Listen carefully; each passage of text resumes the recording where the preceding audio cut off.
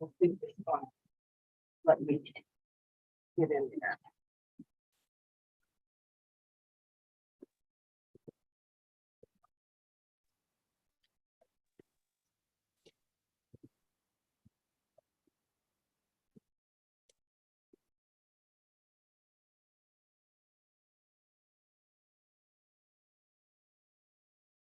Hey, it looks like you. I don't see you. I'm hit subscribe. And so I don't see it live.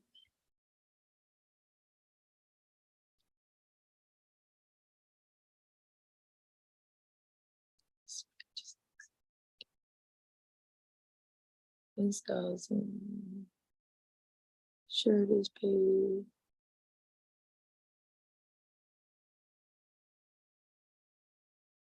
I wonder why can't I go? Yeah, looks like we're live. I'm just waiting for. Let's see what.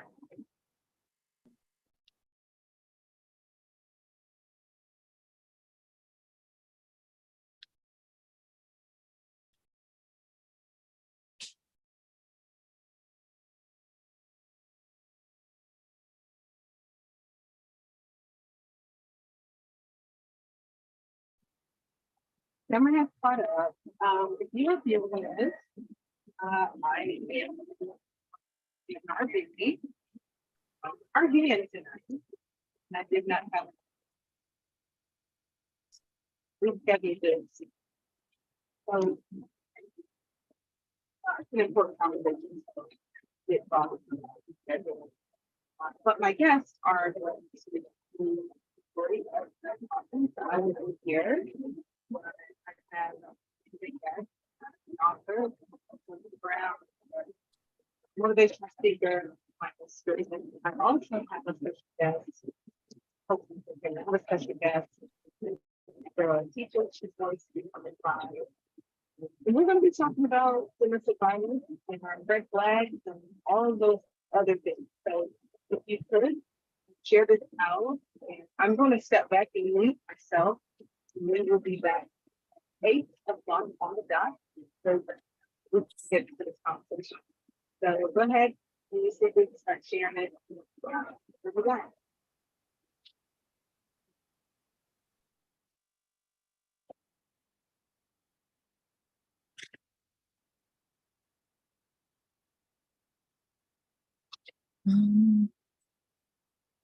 Can I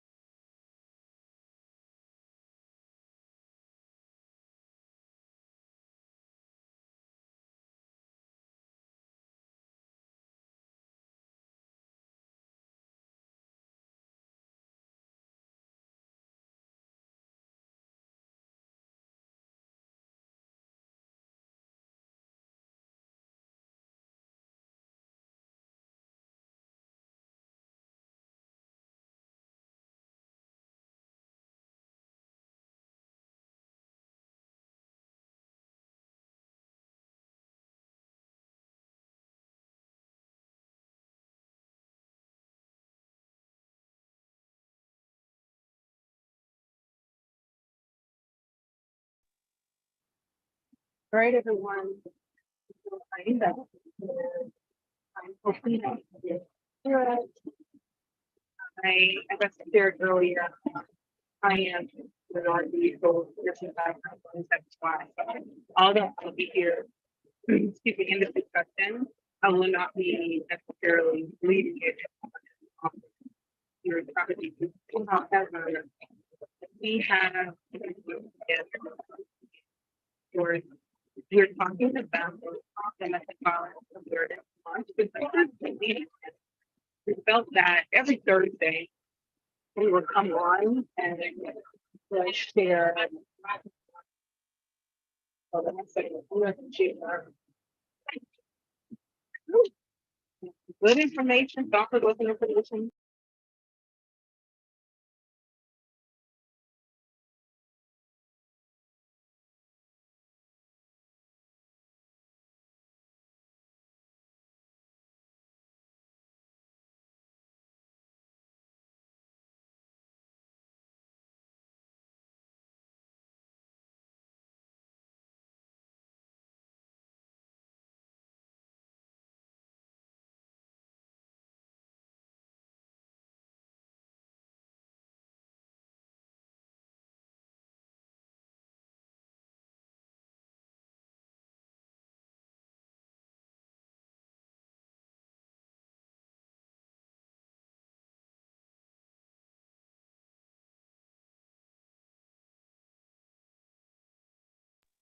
Okay, I just heard that my reception was bad. So I heard my reception was bad. So let me go ahead and turn this over to my guest, Teresa Brown. Teresa, would you like to take over? Yes, good evening, everyone, and thank you for joining in. I think you're on mute. Let's see, I can't hear me. All right, can you all hear me?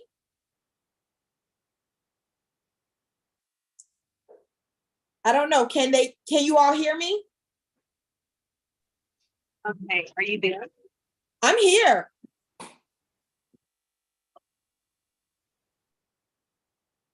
Can you hear me?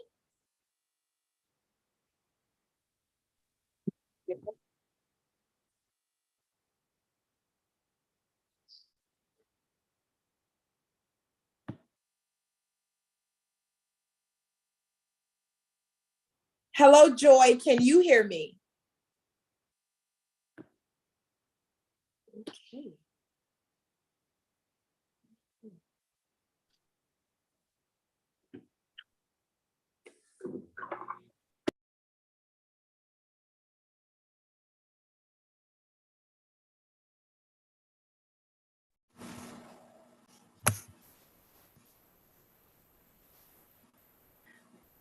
Good evening, Joy. Can you hear me? Good evening. Yes, I can. All right, good deal. Good evening, everyone. Thank you all for joining in. We had a little bit of technical difficulties, but I think we are right back in here.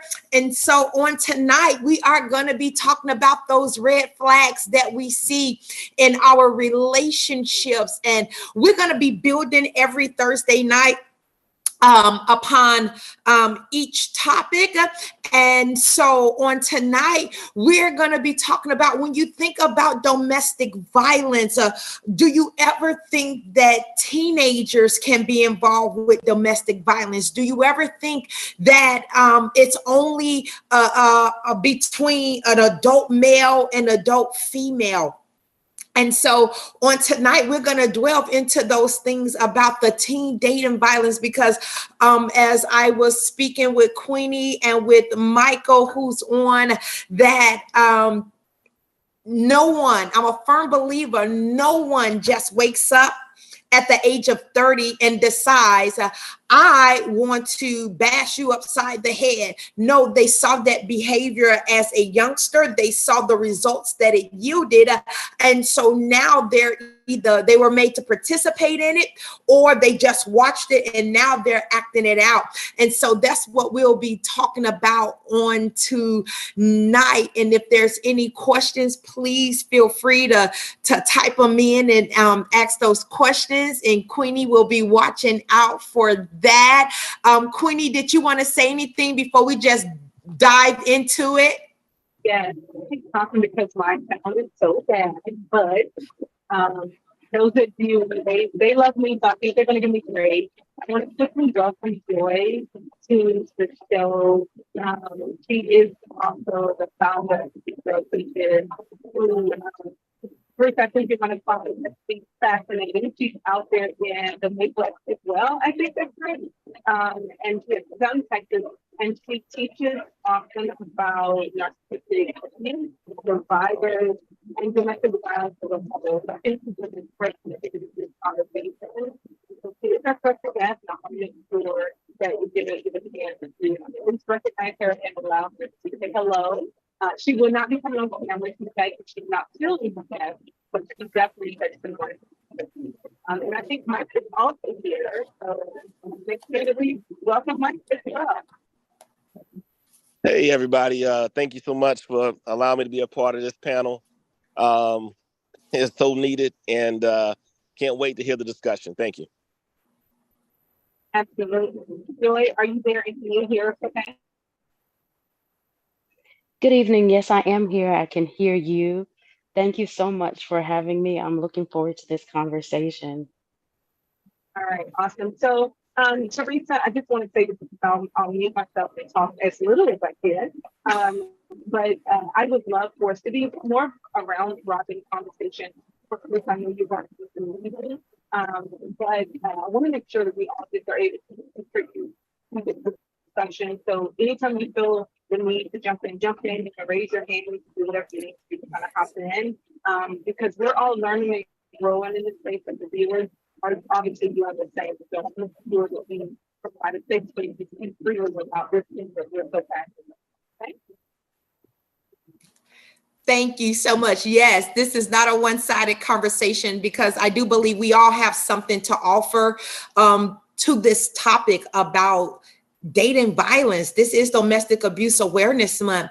And just to jump on in there, a little bit about my background. So I have 5 children. My oldest child, she found herself in a domestic abuse relationship as a teenager. She was dating one guy. At the age of 15, she got pregnant. I now raise my oldest grandson. I've adopted him. Got out of that relationship, and that was only a verbal abusive relationship. Got out of that relationship and went into a physically abusive relationship. And now, that was when she was 16, 17. And now here it is, she's 28 and she still has ties to this abusive relationship. Why? Because now she has 2 other children by this abuser. And now for at minimum 18 years, she's tied to this person. And so here it is, when we talk about domestic abuse within teens, it doesn't start right away, just like with adults. You don't go out on your first date and they punch you in the eye over dinner. They get your mind first. First, they tell you everything that you want to hear.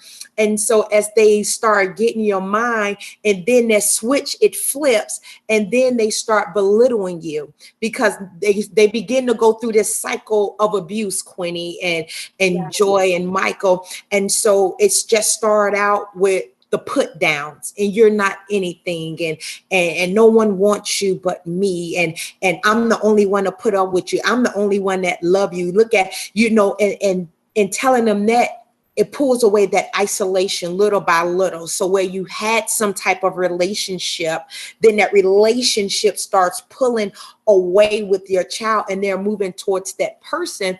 And as you all know, the more and more you try to get a loved one out of a toxic relationship, they blame you and they draw closer to the person that's causing all the toxicity. Yeah, absolutely, absolutely. You can right on it. I think it's a story that many of us can relate to, and probably those that are viewing it will also be able to relate to. I just want to ask the mic over to Joy for a moment. Joy, what has been your experience with what the research just mentioned?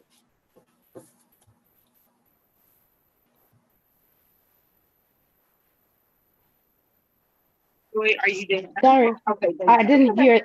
I wasn't able to hear you clearly. Do you mind just repeating that? Sure, absolutely. Two things. So I want you to tell a little bit about your background, but also I would love for you to tell us your thoughts about what Teresa just mentioned, so about the split, how it started at such a young age. Okay. Well, again, thank you so much for having me on this awesome panel and for this much needed conversation, especially where children are concerned, right? But as far as my background, it's it's it's interesting, but I was married to a very abusive man, financially, emotionally, physically, sexually, and we have two children together. The day that it finally ended was the day he had me pinned on the ground with his knee in my chest and he was choking me. And the children came in and literally began to help me fight for my life. And he began to fight the kids, his own children, who were very young at the time. But, that's behind us. We have survived. We are no contact from him. He's gone on and moved on, and he has made his new home and he is abusing his new woman, um because a lot of times people say, oh well, what, not a lot of people, but sometimes the conditioning can be just stay and pray for your person. It's going to get better. You need to fast for him because surely, Joy, you just didn't seek the Lord. But people have to want that change themselves, and at no point does God marry us with abusers. That's right. But when it comes to dealing with the young people, the youth, I think it's important that we remember that abusers are very predatory. They Yes. start by grooming, and that is the process of conditioning. And one thing that, parents need to realize is that the groomer knows who they are. They know the role they came to play. It's like being, the Bible talks about wolves in sheep's clothing. They know that they are wolves, even though they are projecting or presenting themselves as something else. They know their intent, they know their history. They have already picked your child out for a specific reason. They know exactly what is going to come because it's not their first rodeo. The thing that they do is they set the child up, they set, the victim up for failure by beginning to talk about the family members. It's your mom. I see the way she talks about you. I see how she talks to you. She really doesn't love you, but I love you. Look at what I do for you. So they start this mental conditioning, which starts off so subtly. And it's what Yes. creates, that environment for the abuse to flourish, and it causes that isolation, and it causes, that cognitive dissonance. Also, it also makes, the child not trust the parent because they're going back and forth with the highs and the lows of this relationship, which solidify that trauma bond. But then we have to, it's important that we question the history of the child. Like, what happened in your life? What did you see? What did you encounter? What did you experience that made this okay?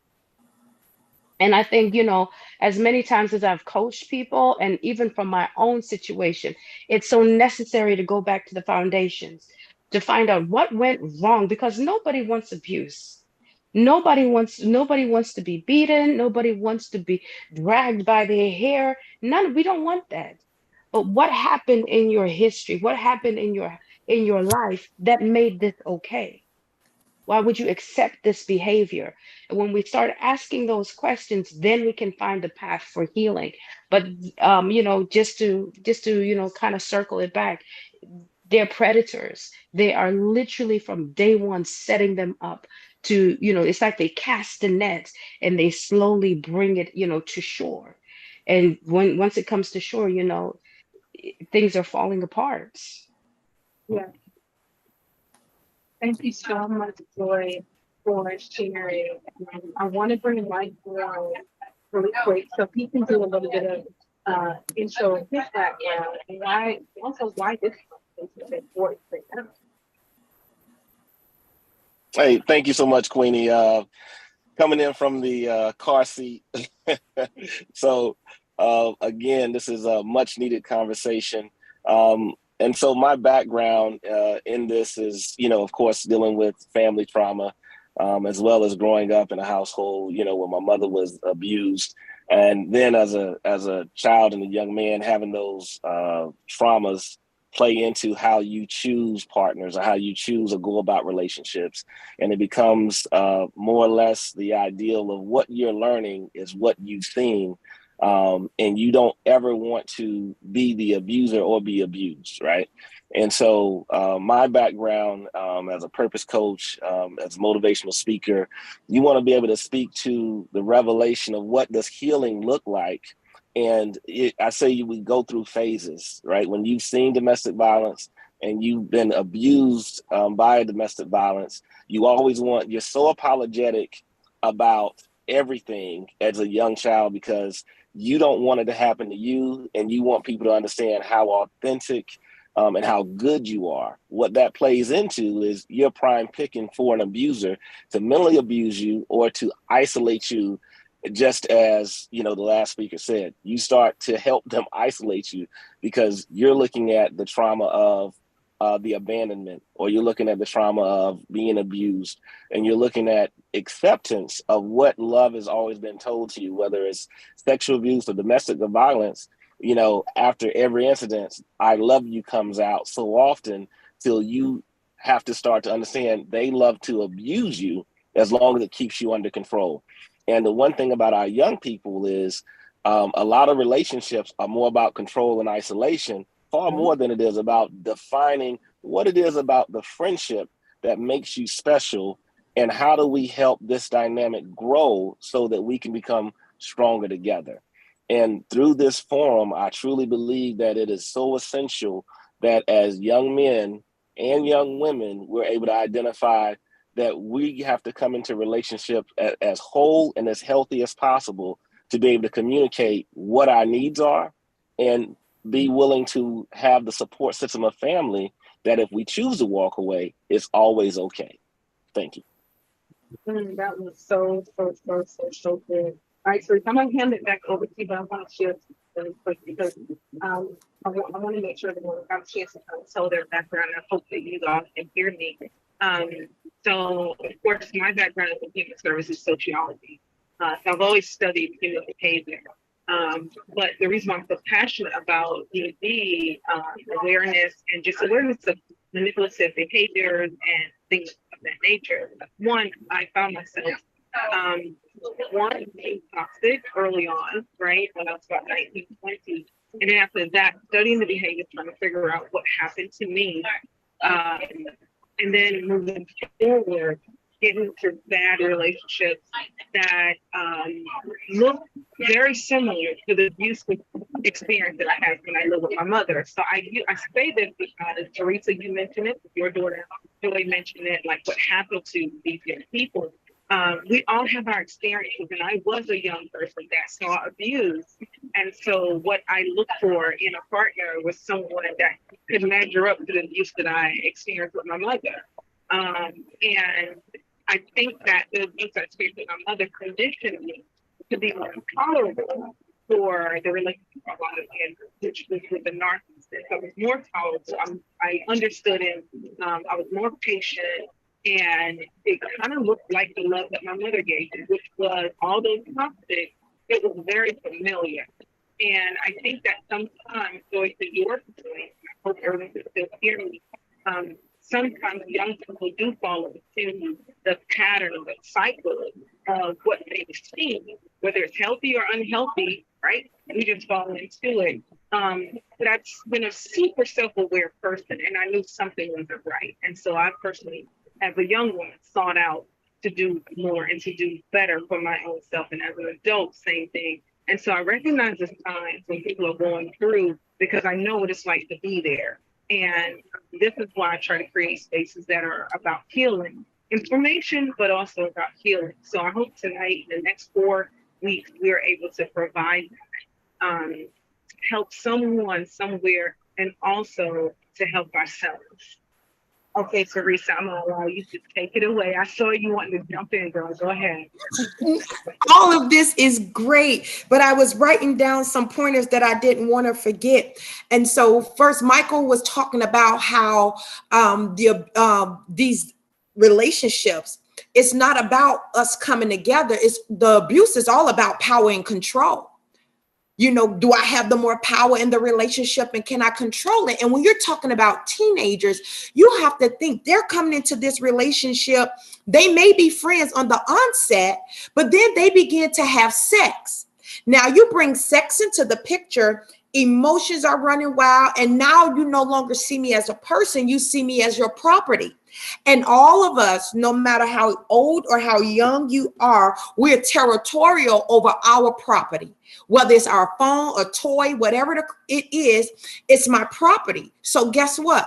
You don't touch my property. You don't look at my property. It's mine and I'll do with it. And so if I have that mentality, or our teenagers have this mentality in a dating relationship, once they start having sex, this is how they're treating each other, like property instead of like people. And so you get to choose how you want to treat your property, but people choose how you allow them to treat you. And then I heard in there the boundaries. Before we ever get into relationships, and we don't really tell our teenagers this, you don't set the boundaries while you're in there. You set them before you get in the relationship. That way, if you see anything that will cross your boundary, when you see that red flag, you can address it. If my boundary is I can't date anyone that smokes, and he doesn't show any sign of smoking, but then we go to a restaurant and he says, I'm gonna step outside, I gotta get a smoke. I need to decide, he has broken that boundary. I have to decide right then and there. Am I gonna just shoo this under the rug? Am I gonna address it and say, look here, we can continue to be friends, but we can't date one another and try to build something, because one of my boundaries is I will not date anyone that smokes. And these are my reasons why. Or if it's drinking or whatever the case may be. And then when I was talking about my daughter, because sometimes we do mimic what we've seen growing up. And I was so angry because I couldn't understand how in the world did you get in a relationship like this? You come from a bloodline of type A women. There is no passivity in our bones. So how is it you allowing somebody not only to run over you, but to hit you too? And for the longest of time, I could not switch that in my mind to say, how can this happen? But as years went on and as I matured and as I could remove my feelings and my emotions from the equation and look to see, okay, I've been a single parent. You're trying to find the love that I didn't show or the love that I couldn't give, because here it is. Type A, I'm in the military, I'm deploying, I'm in the field. Look here, I ain't got time for you to be crying. I ain't got time for your feelings. Look, we have to do some things so we can survive as a family union. All the while, that hug, that I will always say, I love you, but it's one thing to say I love you, but it's a whole nother thing to show what love really is. Absolutely. And here it is. I'm thinking, oh, because I got a job. I'm giving you food, a roof over your head. I'm making sure you got health insurance. I'm making sure we got life insurance. I'm doing things that I'm supposed to do. None of the kids asked to be here. So I'm doing things that I'm supposed to do, except for giving that nurturing love piece. So sometimes I think our young people and adults, we are looking for the things that we did not get. And the other point I want to make is when we're talking about young people becoming territorial, or even adults, because again, it happens young and they will still do the same behavior. Sometimes they've never been able to possess anything other than exert strength over authority. And that has worked for for them for so long. And that's just the pattern that they're in. But I wanted Joy to pop back in because he is a coach as well. And Joy, I would love for you to tell me, like, share how often do you see as you're coaching some of your, I guess, clients kind of discover that, hey, I picked up some of these bad habits about myself. Maybe because I saw it, or maybe because it was happening to me when I was so much younger. Sorry, I hate to do Okay. this again, Queenie. Just repeat just a little bit of it towards the end. Sure. I said I know that you're a coach, and so I wanted to know in your practice, how often do you see clients that come to you as adults and they discover that they learned this behavior when they were in their childhood? The easier, you know what? It's I've never seen it not happen like that. That's how it always happens. I've never had a client that when we sit down and we begin to discuss things, that it does not go back to their childhood. It most definitely does. And there's some things that in families they can get swept under the rug. Uncle Bill, he violates you, but you know what? Everybody knows it, but because it's for the family, right? Let's just not even talk about it. And he still comes through for Thanksgiving and all the holidays, and that trauma continues to live. And that's just one example. But what that does is it creates a core wound of abandonment and rejection. So now if the ones that are supposed to love and protect me, if the ones who are supposed to provide and care for me, and not just with the material things, because that is important too, but the emotional aspect, right, and make me feel safe. If they're absent, I feel rejected by them. And if they've rejected me, then it's easy for me to abandon myself, because who would want me? If you didn't want me and if you couldn't show up. And so we have even the mother wound, the father wound, that young men and boys and girls experience, right? These create core wounds. And what happens when you're dealing with the narcissist never comes to appeal to the adults. And this is something that's so important that we understand. They don't appeal to the adult, but they appeal to the inner child. And what you have now is a bunch of little boys and girls, or grown men and women, that are hurting little boys and girls on the inside, much with our teenagers too, still hurting, right? They have their core wounds.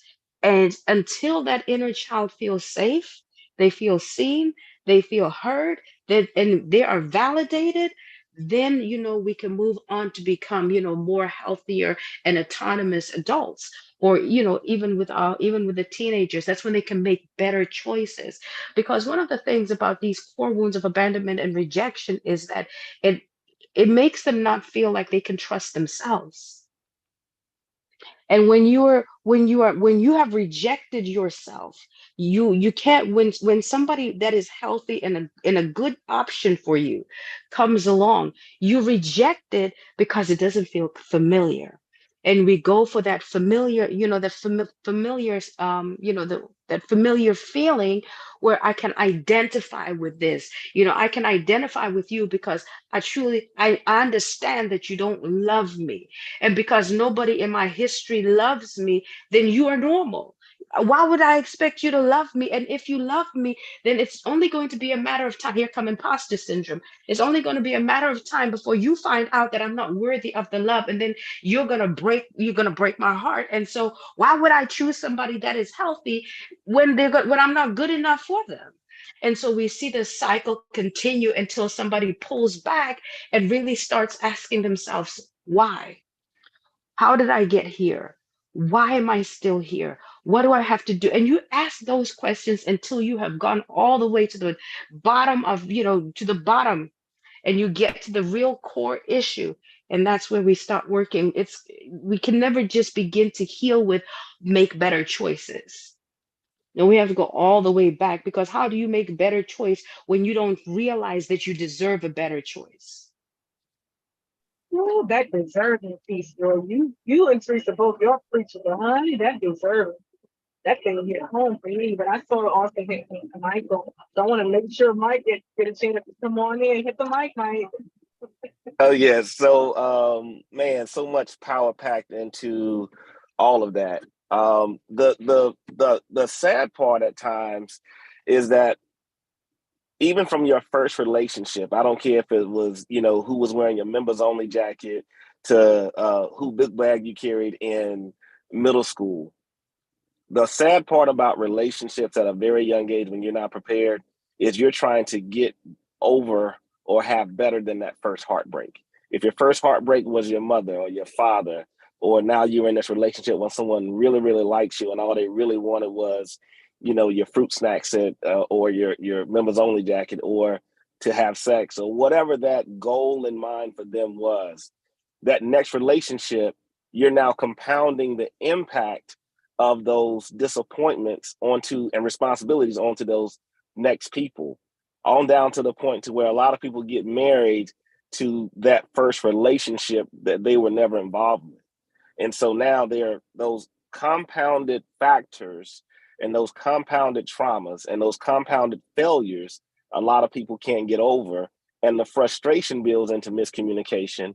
The frustration builds into lack of intimacy. The frustration builds into the different types of abuse that are there. And it all resonated from just role playing in a circumstance that they probably never should have been in. I'm so convinced that nowadays, my daughter's 16, and I've always told her, when you're ready to date, we're going to date as a family. If they're not happy enough to meet your family or to know how much your family loves you, then I want you to ask them, how much of a friend of me do you want to be if you're not willing to be friends with my family, right? Because we have to teach and cultivate what it is to date that says the entire dating sphere is just like this. I like you not just today, I like you every day, and I look forward to seeing you tomorrow.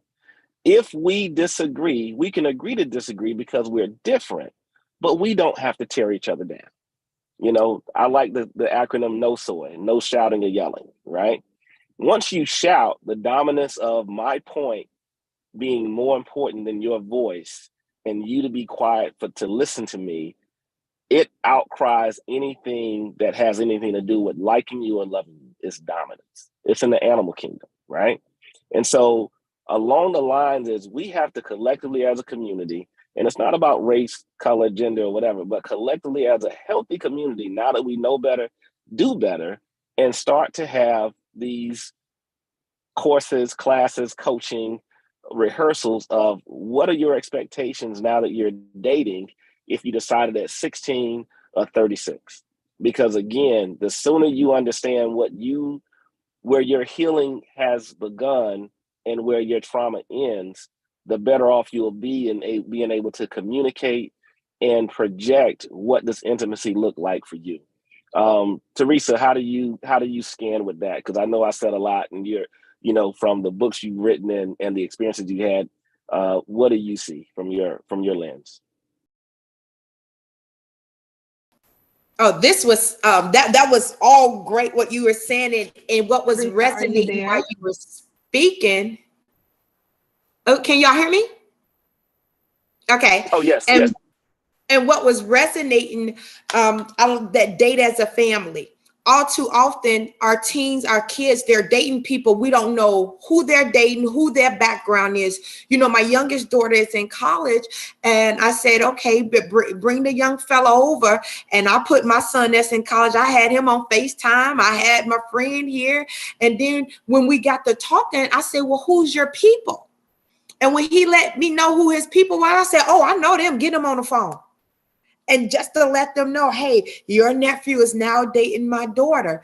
And I set him at the table and I had to let him know what were some of the rules. One rule was we don't hit. We don't even play fight, because play fight leads to real fighting.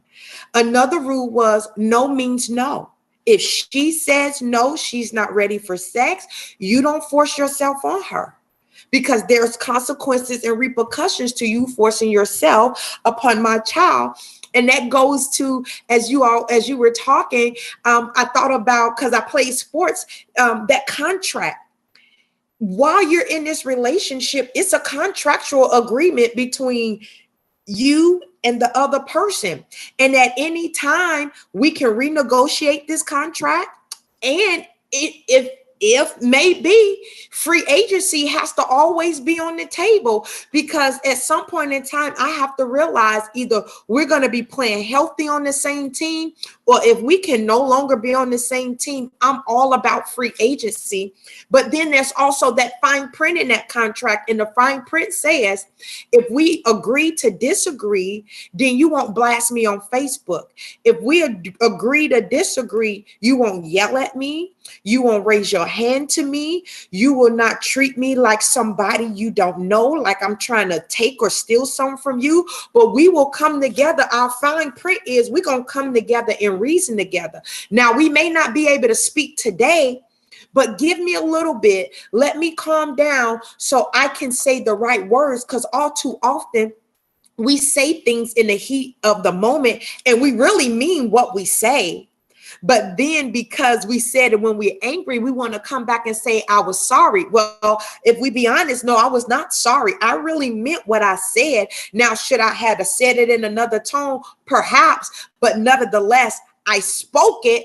And so since I spoke it, it's out there. And when you're talking about domestic violence, you have verbal abuse, psychological abuse, financial abuse, and physical abuse. And verbal abuse is one of the worst forms. Why? Because I could cover up a hit or a slap. I could put makeup on. But that verbal abuse, although you said you're sorry, I could keep replaying that over and over and over in my mind. And so he said I wasn't nothing. He called me out of my name. He did this. Why? Because we didn't read the fine print of that contract. And so we just let words flow freely out of our mouth. And they were hurtful. They were spiteful. And now I have to make a decision. Do I forgive you and stay with this relationship? Or do I forgive you and let you become a free agent? And all too often, if sex is involved, we don't want free agency because we feel some type of way. I gave my body to this person. I gave myself to this person. What is that going to say about me if I don't fight for it, or if I don't stick with them? They're going to do something with somebody else. So Amen, Joy or amen. Queenie or Michael, you want to? I'm bouncing this back to y'all. This was good.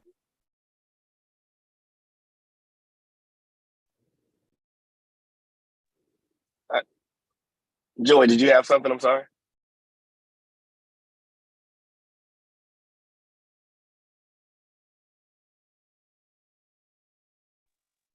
Joy, did you have anything to add to that?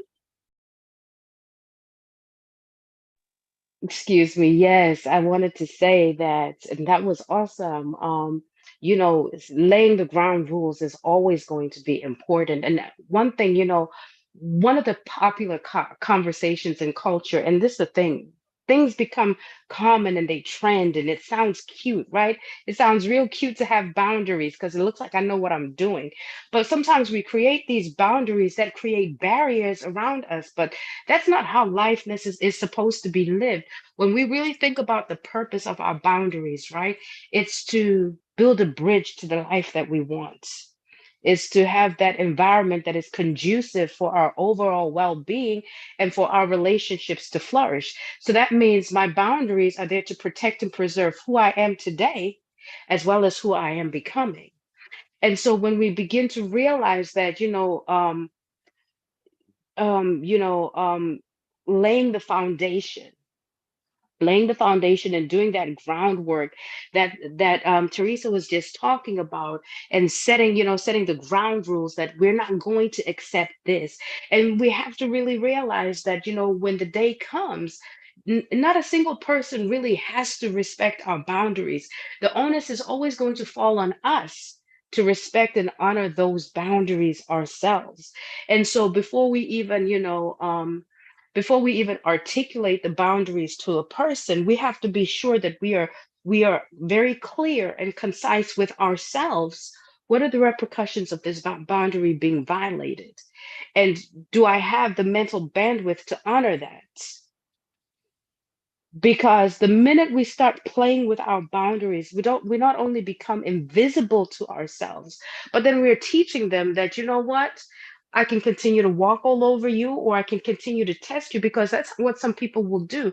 You can articulate your boundaries, right? And I think there also has to be some, depending on the type of person that is in front of you that you are dealing with, when you begin to discern certain things about that person, it's also important that you're careful with what you are sharing about your boundaries, because some people will put on the right mask and play along with your boundaries until you're comfortable. And what they'll do is they'll temperature check you along the way, and they'll test your boundaries, and a little, oh well, that's okay, it was only this time, and no play fighting, but it didn't really lead to anything now, and well, you only called me a few bad things, and he apologized, and that, so we make excuses for these things.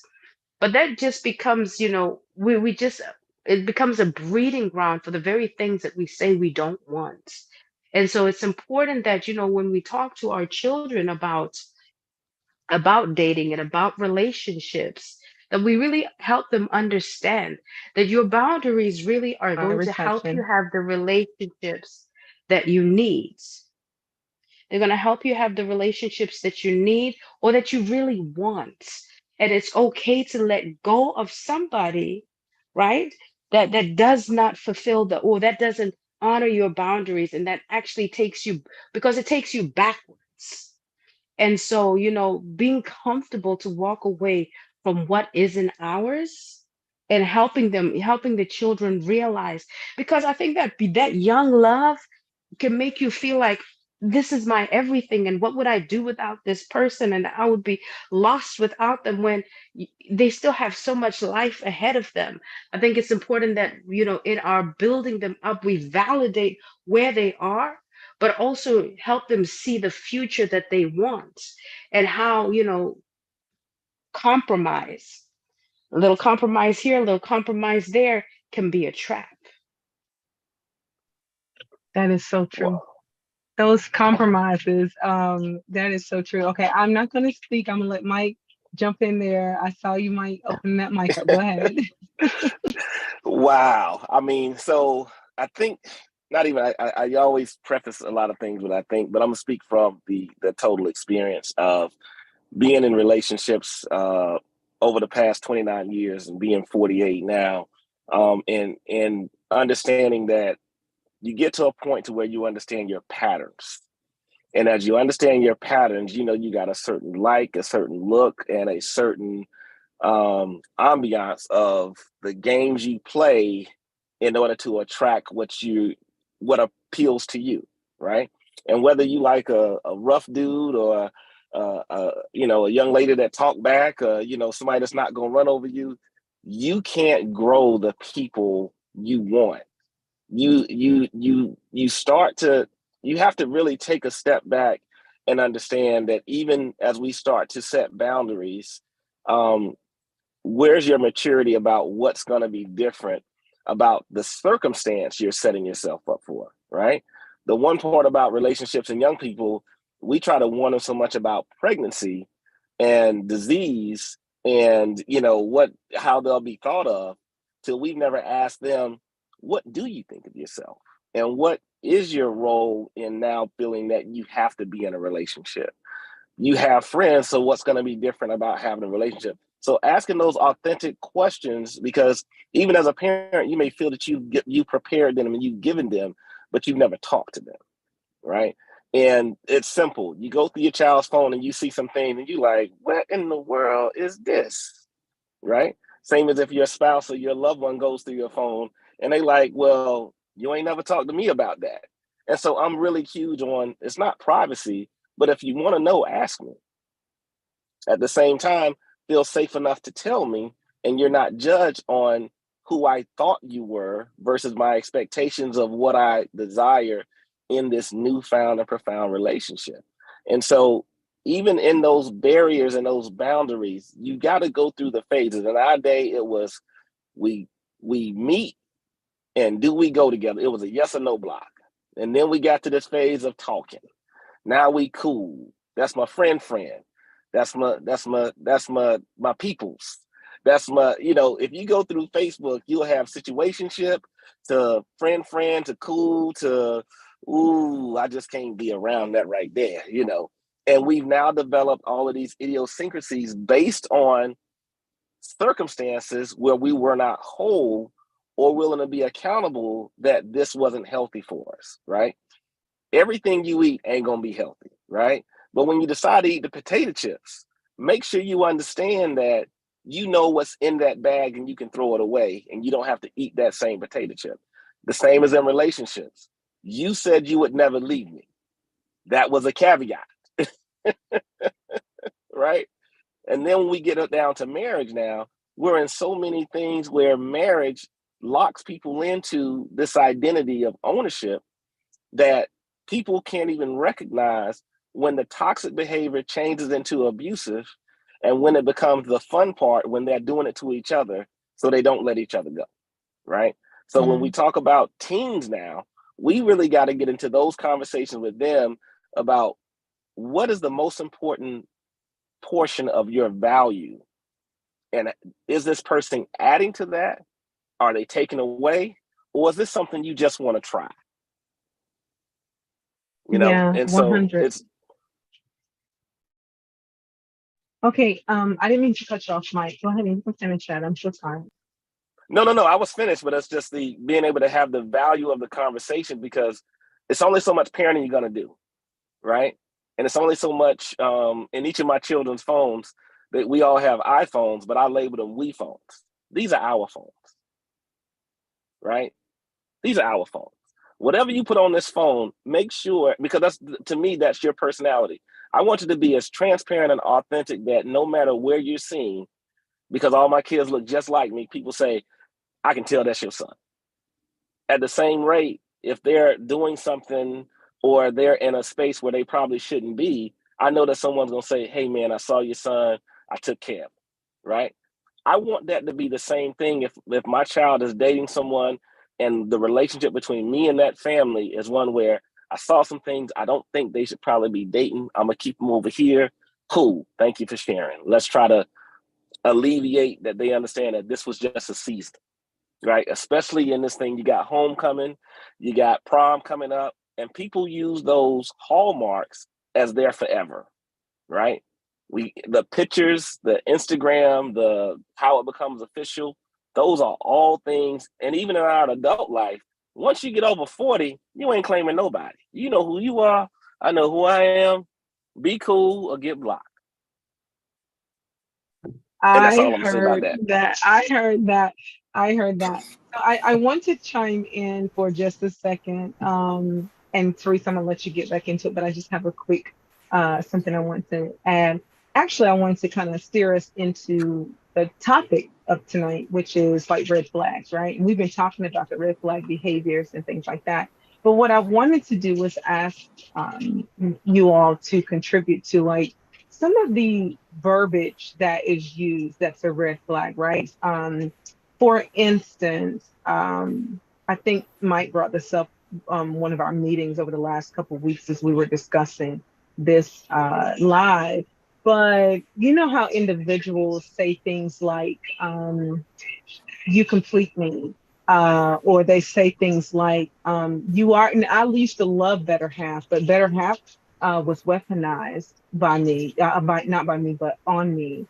Or when they say things like, if you leave me, I'm going to kill myself.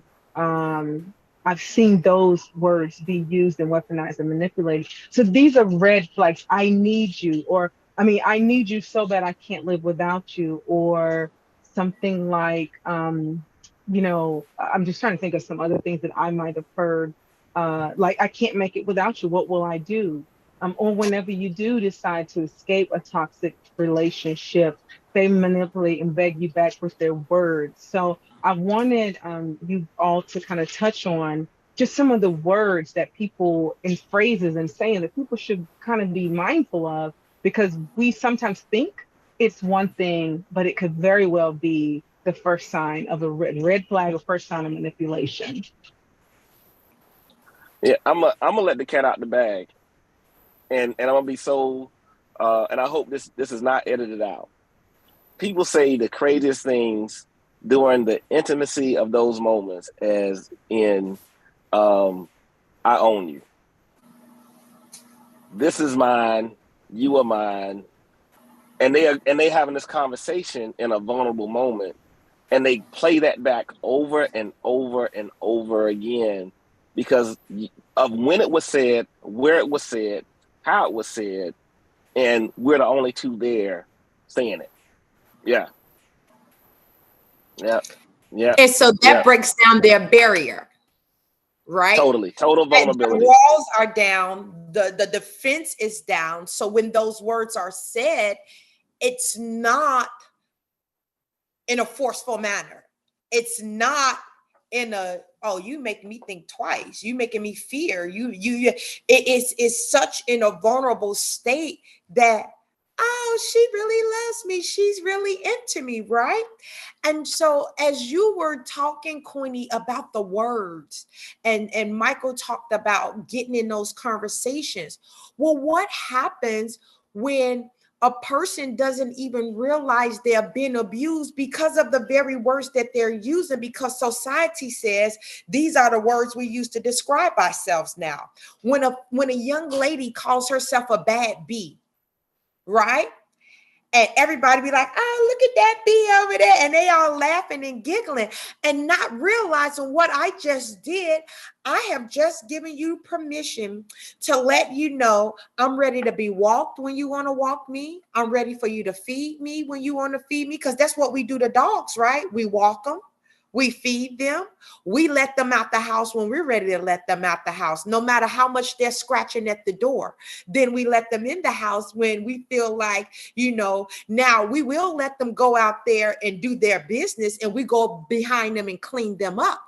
And so what a young lady really doesn't realize is when she says, I'm that bee, what you're saying is, I'm that one that's looking for the one who's ready to walk me, feed me, and treat me, and call me, and I come on command.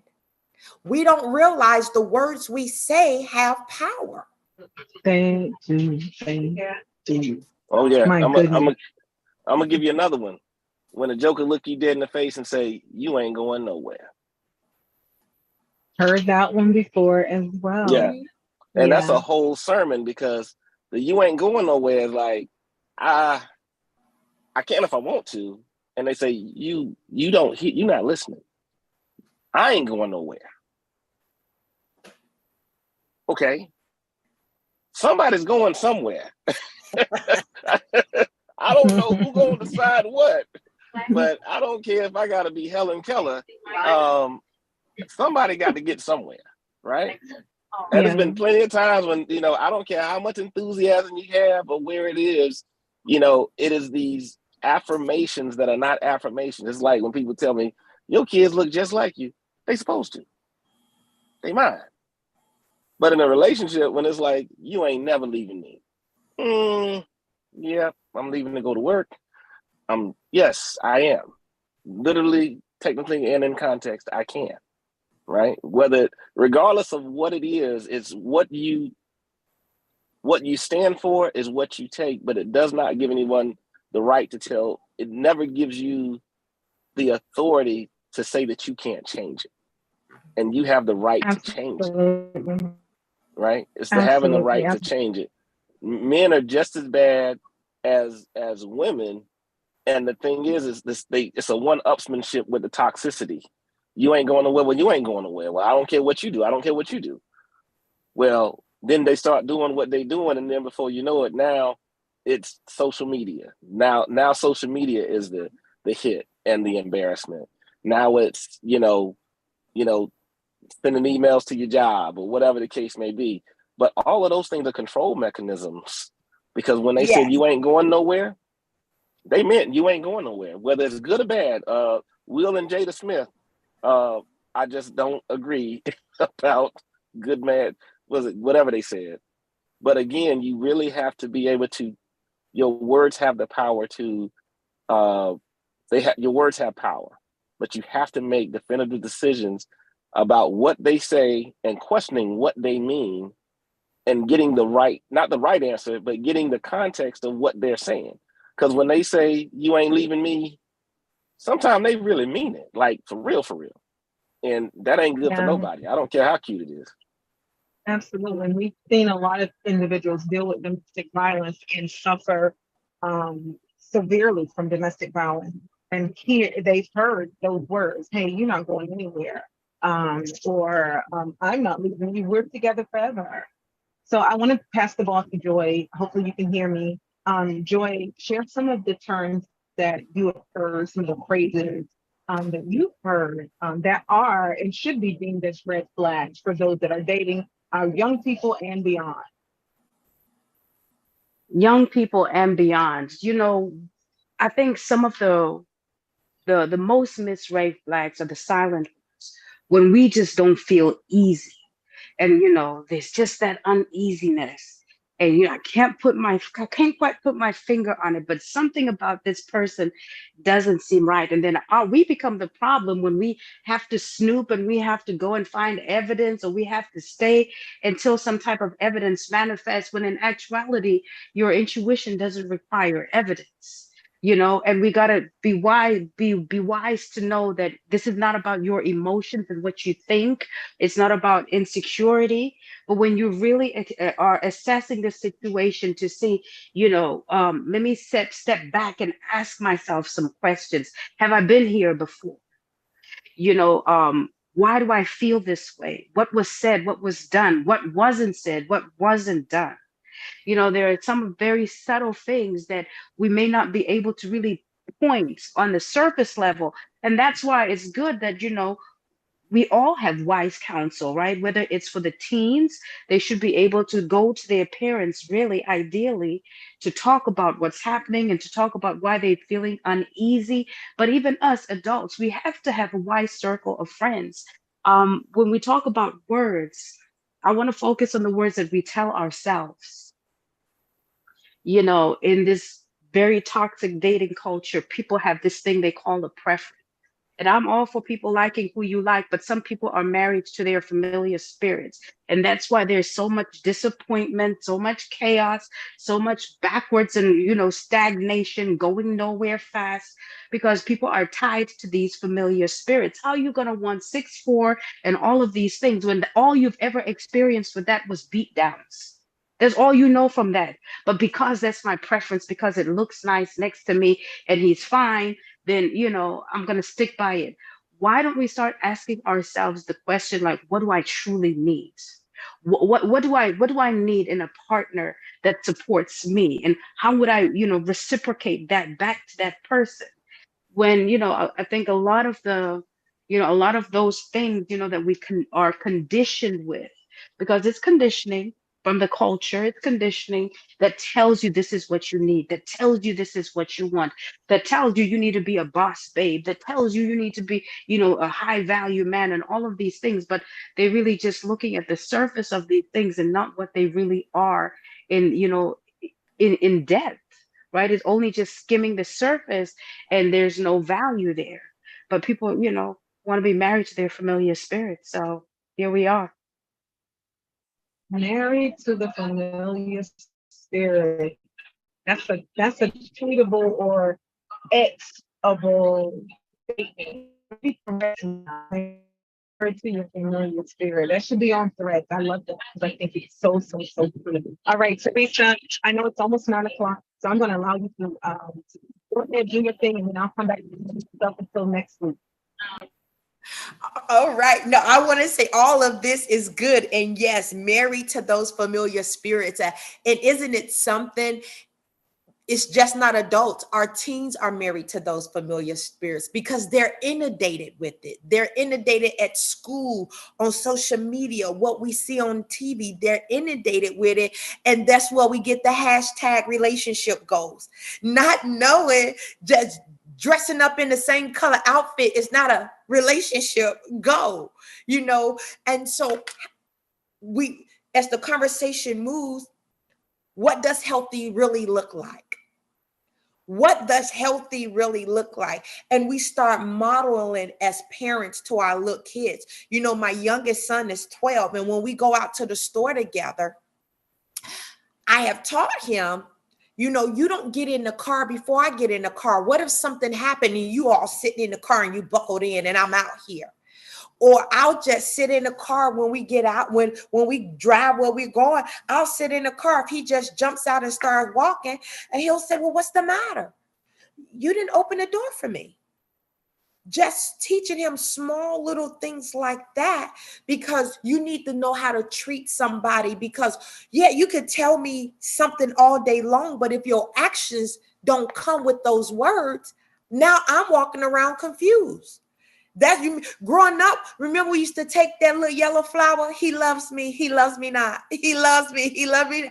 Well, I don't know if you care for me or if you don't. One minute you say you care for me, but your actions are contrary to what your words are saying. And so, I know we may not get into it tonight, but our conversation has to move into what looks healthy and what is, because healthy may look one way to you and healthy may look one way to me.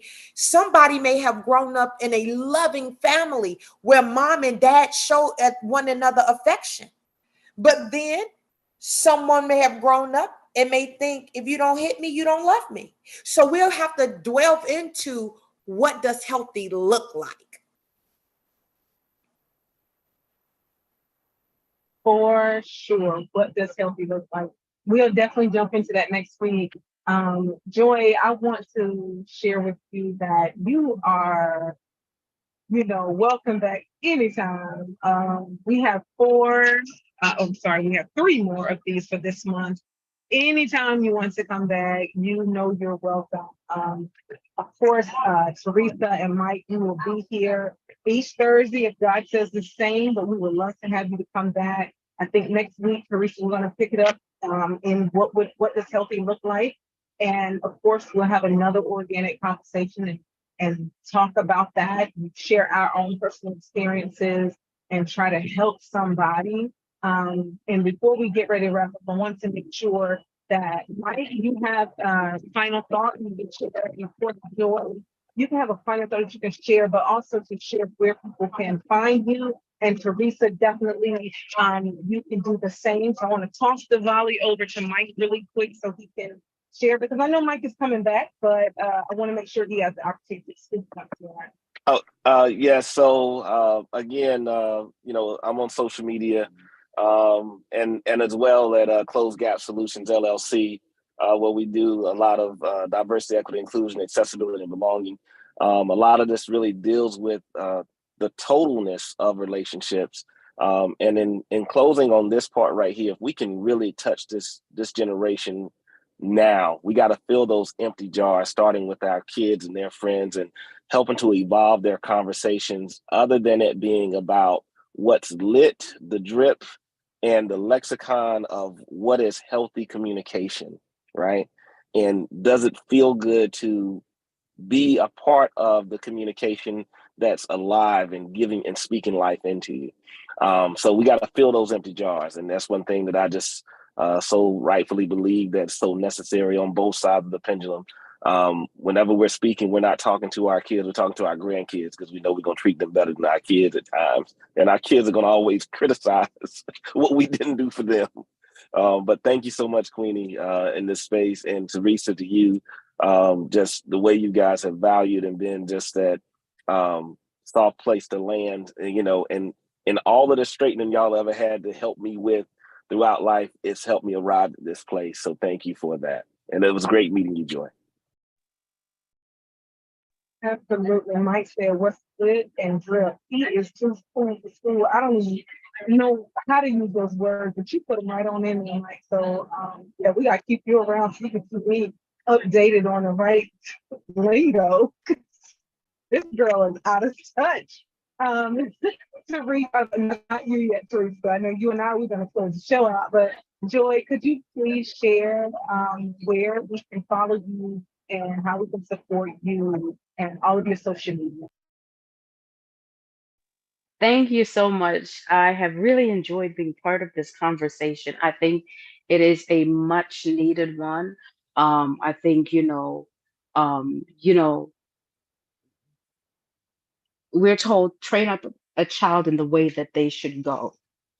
And this, a lot of times people think is only in a biblical context, so they don't depart from the ways of God. But that would be erroneous, because it's in every aspect of life, that if we are really training up our children in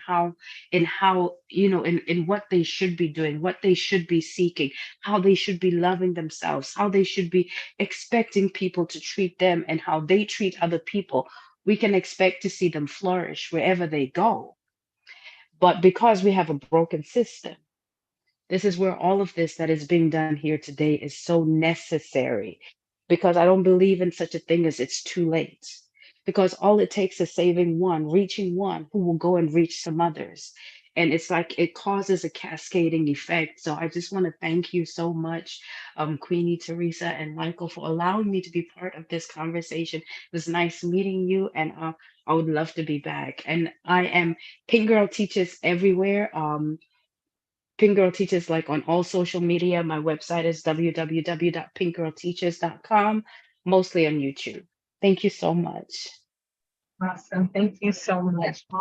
Joy, I will share the link every Thursday or Wednesday that because we'll be going live every Thursday evening. I will not be RVing over the next few Thursdays.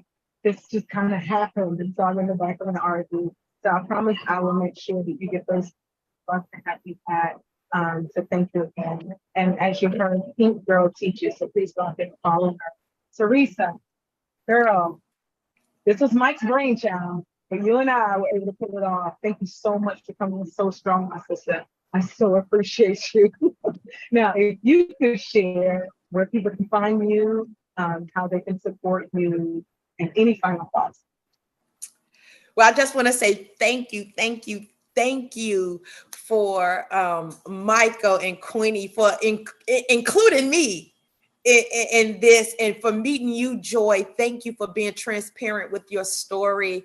But you can find me on Facebook. I am Spread the Word. That's one word, and then Kansas on Facebook, and then on YouTube, I am Teresa Brown. So, again, I just want to thank you. And for those of you who are watching, if you have a child, a teen, a young adult, or if yourself, if you are going through this, don't give up, but don't stay in it. Get you some help. Seek help. Get out. No matter what, if you have to start all over, if you just got to leave with the clothes on your back, get out. You can always replace stuff, but you can't replace your life. You better speak the word. Okay. So everyone, make sure, spread the word, Kansas, right? Yes.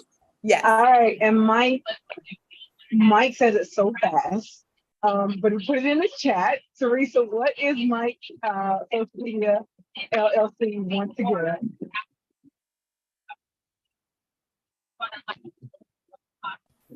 His is closegapsolutionsllc.com.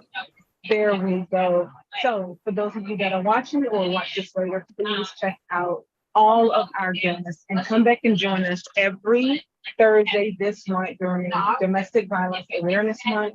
We are speaking awareness of DV, but also what healthy looks like, and really sharing our stories. And just like Joy and everyone else agreed, if we can only reach one, we can know that we can change an entire nation, because one can teach another and another and another. And so that is our passion. That's what we're trying to do. Thank you so much for turning into the Relationship Zone.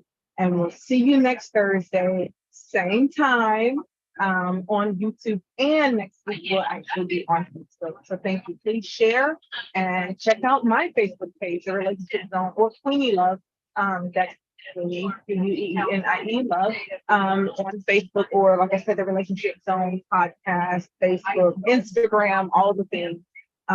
Google me, you will find me, and come and support this conversation. We are here for you. So thank you, everyone, and I want you all to have a wonderful night. I am going to try my best to save all of this so that we can share this out. And you guys, I'll see you all next week. Okay. Bye, everyone. All right. Bye bye. Thank you. Thank Bye. you. Bye See you bye. next week. Goodbye.